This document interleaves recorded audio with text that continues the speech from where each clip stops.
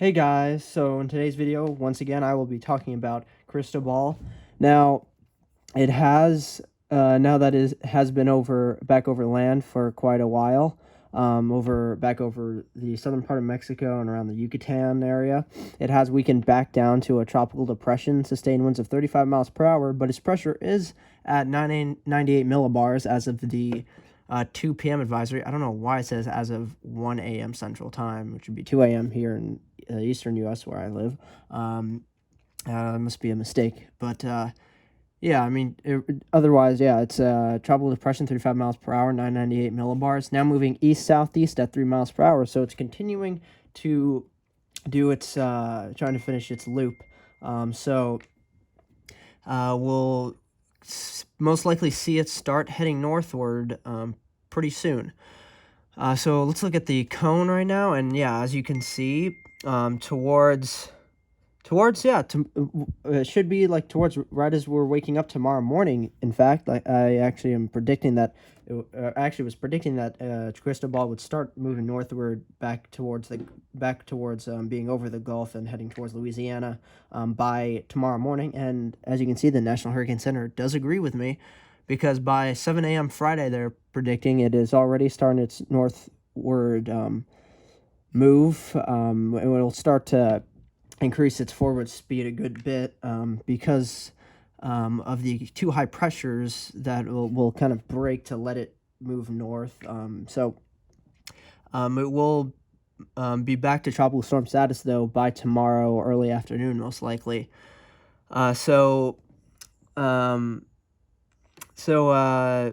Yeah, it'll probably won't really weaken that much, though, as a tropical depression between now and then. Maybe we'll weaken a little bit more to 30 miles per hour, but really it's not going to, once it starts to really head northward, it should quickly be back over water. So now let's look at the wind speed probabilities.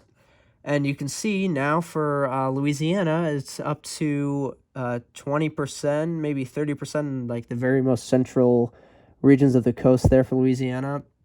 But yeah, the chances for tropical storm force winds is increasing now for Louisiana, and they will continue to really increase once the system starts to head northbound. The 50 knot wind speed probabilities, they are much lower, and 50 knots is in miles per hour is 58 miles per hour. I'll tell you, I do think this chance will go up pretty significantly, because I do think it will peak once again between 60 to 70 miles per hour. So it most likely will reach a new peak intensity of most likely towards like 65 miles per hour within that range. We should be expecting that. It really doesn't look like it will become a hurricane at all anymore, honestly. We'll mostly peak out more towards strong tropical storm status. So, yeah, I mean, that's honestly, that's a relief, thank God.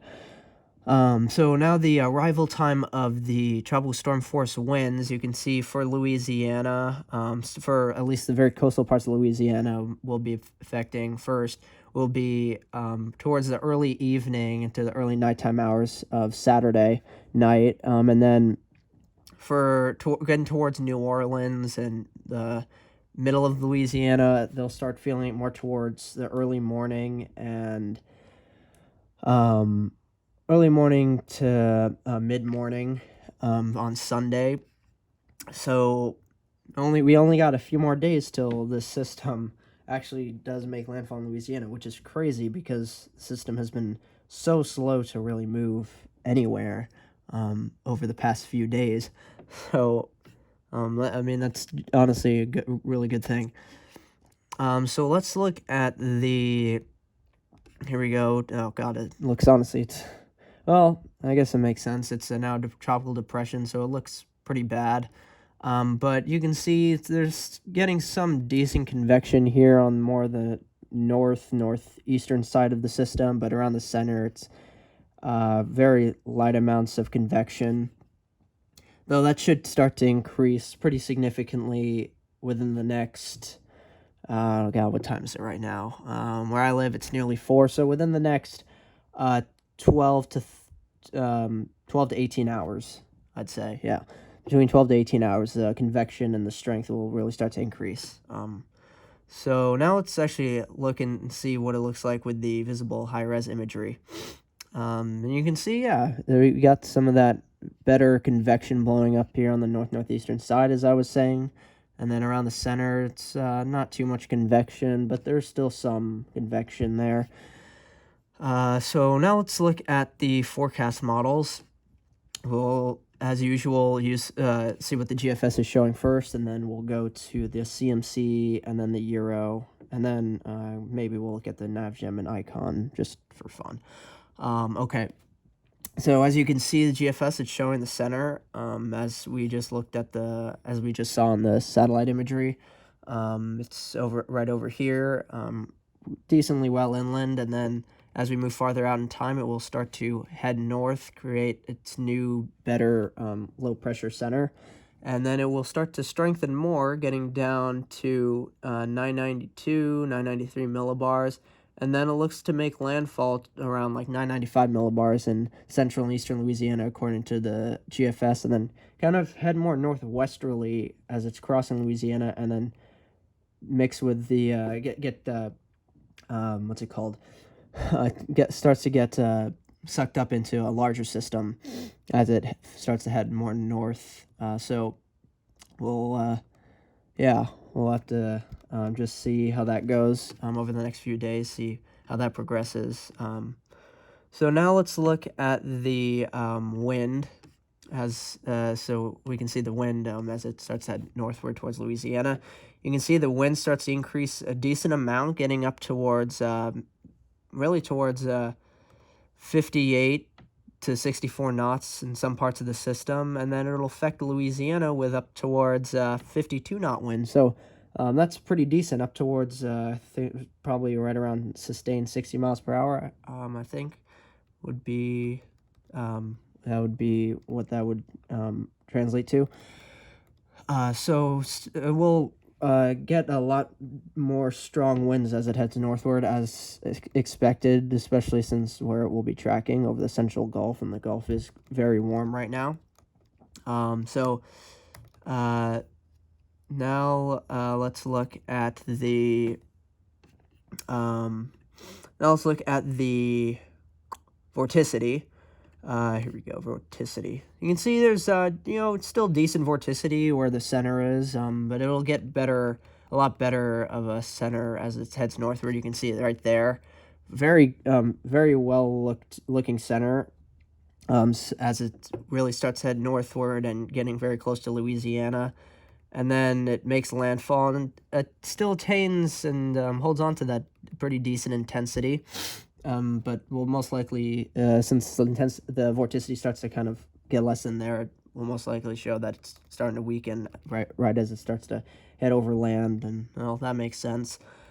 So the system looks to make a decent comeback here once it once it starts to head northward and back over the central Gulf. So now let's look at the southeast U.S. for the total precipitation here, total rainfall.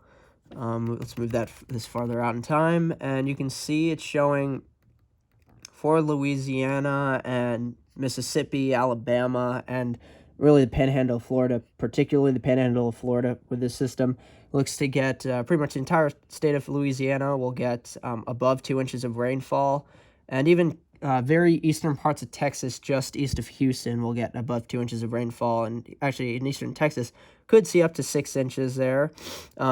And Louisiana generally will most likely see up towards 3, maybe 4 inches in total.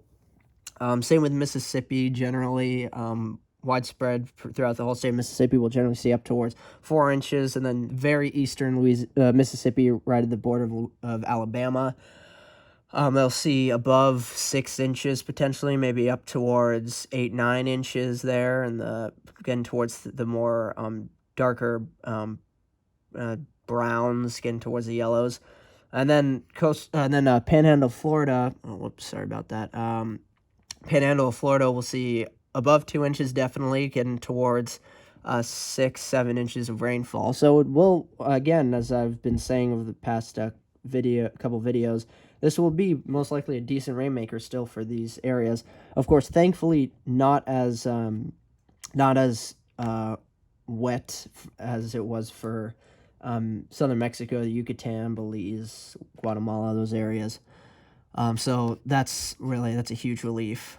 So all right, now let's go back to MSLP and precip. Bring this back to the beginning, and now let's look at the CMC model, the Canadian model. So let's bring this farther forward in time. There's that center. It starts to head northward, gets a better center there, and surprisingly, the CMC shows it a lot weaker than the GFS is showing. As you can see over here, getting down here, still in the low thousands millibars, and then maybe getting down to 999 millibars right before landfall, and it makes landfall in a much different place. I think pretty much more or less exactly where Katrina made landfall, just east of New Orleans. So that is quite interesting. So let's look at what it shows for, let's first see what it shows for first we're looking at the winds that it's showing for the system. The winds for the system look to peak out at around between 58 to 64 knots, so generally looks to still agree with the GFS and models showing it to attain more towards strong tropical storm status. And then it'll give generally the coastal areas, especially for the Panhandle of Florida, up towards that maybe 52 knot winds, and then it'll move inland and lose all of its tropical characteristics, and the winds will die out eventually. So let's go back and look at the go back and look at the vorticity that's shown for this system as it heads northward. Gets back to its decent vorticity. Definitely not as good as what the GFS is showing, which makes sense because the CMC is showing it much weaker than the GFS is showing. But still, just decent amounts of vorticity there right before landfall. So now let's go back and look at the total rainfall, total accumulated precip. Let's go to the southeast U.S. and we'll bring this farther out in time, and it shows pretty different outcome slightly than what the GFS is showing. Really, for the very western portions, generally of Louisiana, up to 2 inches, and then for the New Orleans area and this area of where the Mississippi spills out into Lake Pontchartrain into the Gulf, upwards of 2 inches, maybe up to 4 inches, and then as well, it shows generally the same thing for both Mississippi and Alabama, and then Panhandle of Florida though shows definitely a lot more rain than what the GFS is showing, potentially up to a foot of rainfall in the central and eastern parts of the Panhandle. Maybe in some spots a little more than a foot, maybe 14 inches in some more isolated spots. But potentially a decently maybe wetter system than what the GFS is showing for where it's making landfall. So now let's go back and look at what the let's go back to MSLP and precip. Zoom back out to the Western Atlantic and show what the European's showing. So yeah, well, we can look at the vorticity and winds with what the Euro's showing for right now. I'll go to pivotal weather to show the actual precipitation for it in a minute. So you can see it's showing the again agreeing with the GFS and CMC that it will start to head north. In only a very short amount of time, again within the next 12 to 18 hours from now. And then it shows very tight vorticity with the system, and it still shows it making landfall in the western parts of Louisiana, along the western coast of Louisiana, more towards the border of Texas and Louisiana. So now let's look at the where is it? Winds. It's down here. Where is it? Geez, here. Winds. God. Okay. Heads north. And you can see, actually, I'm going to maybe actually bring this farther in so you guys can see it better. Brings it down to 992 there, and then, is that 980 or 990? Damn, my vision is horrible. I believe that's 990. Yeah, that's 990. Yeah. Yeah, so it shows it making landfall more towards 990 millibars towards the Texas and Louisiana border. Well, I mean, as it shows it, by the way, very strong winds with its landfall getting up towards 52 to 58 knots, but then inland, I don't know if this will be really true at all, but shows it having 64 knots plus well inland towards the Texarkana area. So, yeah, no idea if that's really going to happen at all. But, yeah, let's quickly look at what the Euro's showing on pivotal weather. It's precipitation. Here we go. Let's go to models. And then ECMWF high res. And let's zoom into Southeast US, yeah. Let's go to forecast loop.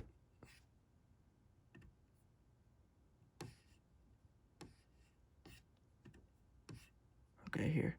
All right, sorry about that. All right, so we got the forecast loop here.